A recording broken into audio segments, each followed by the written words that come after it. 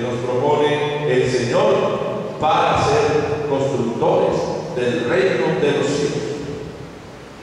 Y ese programa de vida tiene como síntesis programática, por así decirlo, el sermón de la montaña, que se encuentra en los capítulos 5, 6 y 7 del Evangelio de Mateo. Y hoy la liturgia nos propone el inicio de este sermón, que son las bienaventuranzas. El Señor Jesús, que sube a la montaña y desde allí habla a sus discípulos. ¿Y qué les dice? Les propone el lenguaje de los macarismos o bienaventuranzas, un lenguaje, un recurso literario que utilizan los maestros de la época para enseñar. Recuerden que hay diversas figuras literarias o géneros literarios. El Señor utiliza diversos géneros para enseñar. Y aquí le está hablando a sus discípulos, es decir, nos está hablando también a nosotros de manera muy especial, discípulos del tercer nivel. Y nos va a proponer un discurso que a los ojos del mundo podría parecer contradictorio, podría parecer innecesario o inalcanzable o hasta utópico, ¿no? Y un proyecto que sería para los fracasados, por así decirlo, porque va a exponer en dos momentos como un objeto de alegría para aquellos que vivan esa realidad. Primero, ¿quiénes son los que van a vivir la alegría y por qué la van a vivir? ¿Cuál es la causa última de esa alegría? Y todas van a estar de alguna manera relacionadas en primera instancia con el reino de los cielos y luego con la justicia de Dios. Y es que Dios quiere que el creyente viva la justicia. Esa es como la temática de la propuesta de Dios. Dios quiere que los creyentes vivamos la justicia. Y una justicia que tiene como dos elementos importantes. Primero, la santidad de vida y segundo, la igualdad social. Podríamos decir que este discurso de la bienaventuranza, la Iglesia Católica lo presenta a través de su doctrina social, donde se deja claro que debe haber una opción por la justicia que establezca unas igualdades sociales para todos.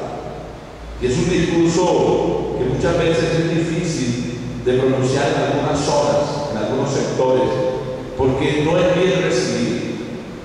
El Señor quiere que nosotros seamos justos. El Señor quiere que nosotros constituyamos unas relaciones basadas en la justicia, basadas en la promoción de la dignidad del otro. Porque si uno mira las bienaventuranzas, cualquiera podría pensar en primera instancia que es una exaltación y una alienación.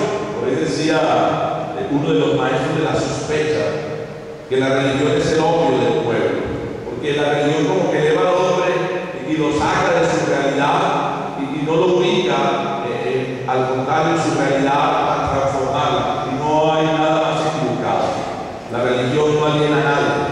Antes, por el contrario, ayuda a que la persona tome conciencia de su dignidad, tome conciencia del proyecto al que lo está llamando el Señor y cómo debe, a la luz de la fe, ser capaz de transformar la realidad, reconociendo lo que no está bien en ella.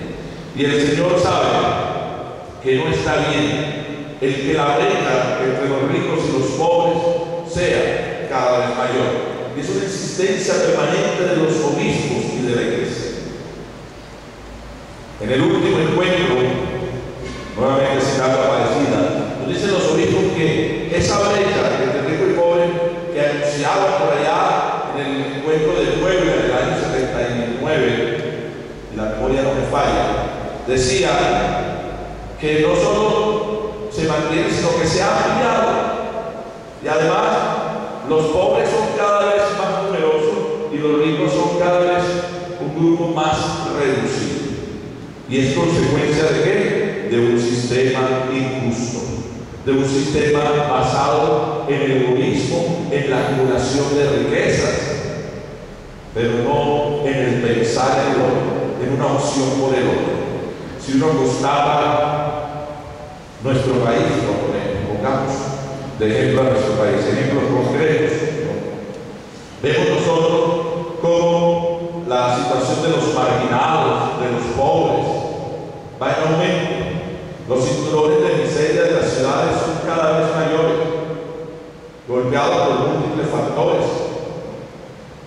Y donde de pronto uno ve las cifras de los expertos en economía y nos dicen que hay crecimiento, es que hay avance, pero sin embargo uno no constata eso en la realidad. Donde tenemos unas decisiones muchas veces desacertadas, que no se hacen en favor del pueblo, sino en favor de unos intereses particulares, donde constatamos nosotros unos empleos pírricos, unos sueldos pírricos. Uno lo constata, y ya no solo en los obreros, también en los profesionales. En nuestro país prácticamente se acabó el empleo formal, sino que lo digan muchos profesionales. Tengo amigos profesionales, médicos, psicólogos, abogados, ingenieros, que ya no son contratados directamente con la empresa y que además ahora ni siquiera son empleados formales, sino que se les llama prestadores de servicios, pero bajo esa figura los explotan, no les pagan todo a lo que tienen derecho, los ponen a trabajar 8 horas, a cumplir horarios, y no se pueden quejar porque pierden sus empleos. ¿Y qué decir del salario mínimo? Una vergüenza. ¿Cómo sube el salario mínimo al 4% y a los 2 o 3 días todo sube más del 5%? Entonces, esto sí que es una verdadera contradicción con el proyecto de Dios. Mis hermanos, la bienaventuranza se constituye entonces en todo un llamado a la atención al creyente para que sea capaz de tomar conciencia de su realidad y hacer un compromiso por generar un cambio. No es una alienación. El Señor nos está invitando a un proyecto de vida inalcanzable, es un proyecto posible que se da al interior de la comunidad. Es un proyecto para constituir comunidad, no comunismo, como pretendieron algunos desafortunadamente en periodos pasados de nuestro camino pastoral. No comunismo, no, comunidad, que es muy distinto. Una comunidad que nos permita hacer un proyecto en común y que nos permita ir transformando esa realidad que, repito, se da y se seguirá dando desafortunadamente, porque seguirá habiendo corazones egoístas, interesados solamente en alcanzar sus propios intereses, a costa de la explotación y a costa de generar pobreza. Y esa pobreza también es generada por la corrupción imperante en muchos niveles de nuestra sociedad. Ayer o antes de ayer leía yo en el periódico que ya empieza en este año electoral a haber una preocupación de la registraduría y a poner la lupa sobre la costa caribe.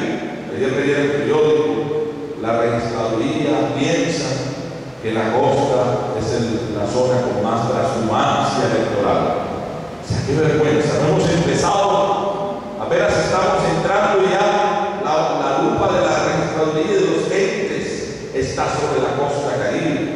Los obispos decían también en el mismo periódico que debe haber no se debe politizar las ayudas a los damnificados del invierno, porque ya empiezan los varones políticos, los caciques políticos, indudablemente aprovecharse del dolor de la gente, de la situación de la gente damnificada para hacer de las suyas.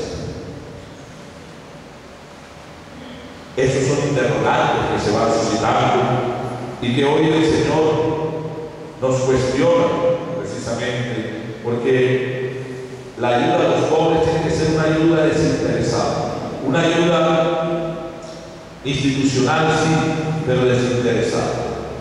Y los dineros que el Estado destina para ayudar a las poblaciones, a los pobres, es un dinero sagrado, es un dinero que no se debe desviar para ningún otro asunto o terminar peor en los bolsillos de los corruptos.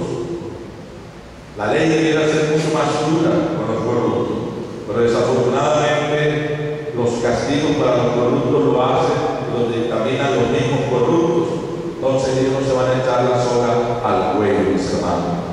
Es un llamado de atención, repito, y nos invita a un compromiso fuerte cuando al final dice: dichosos ustedes cuando los insulten y los persigan y los calumnien de cualquier modo por mi causa.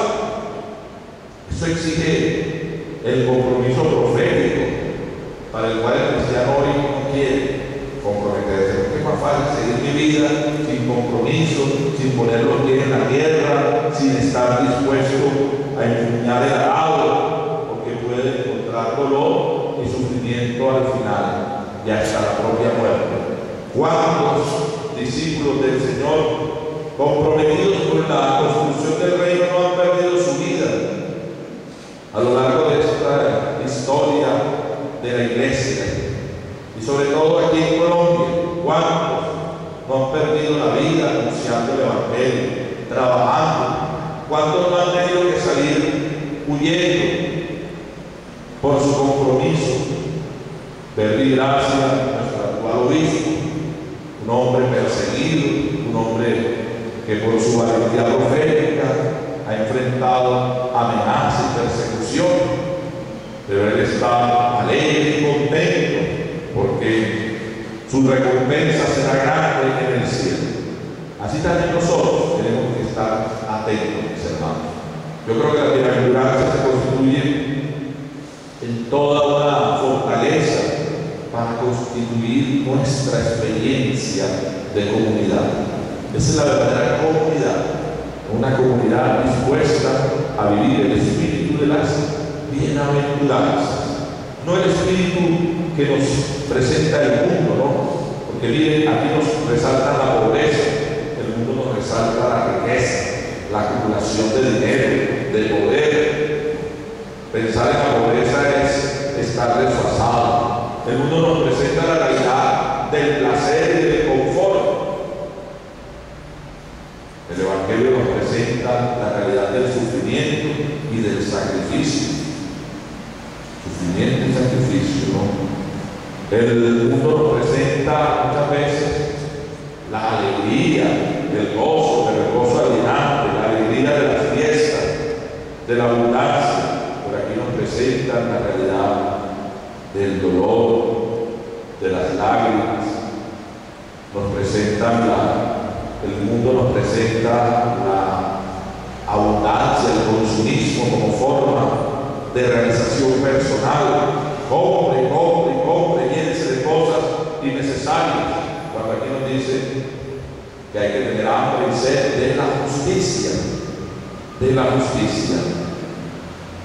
El mundo nos presenta el egoísmo, el pensar en sí mismo, en alcanzar el éxito sin importar el otro, y aquí nos presenta la misericordia como forma de realización también personal, de pensar en el otro, de sentir el dolor del otro. El mundo nos presenta la impureza, el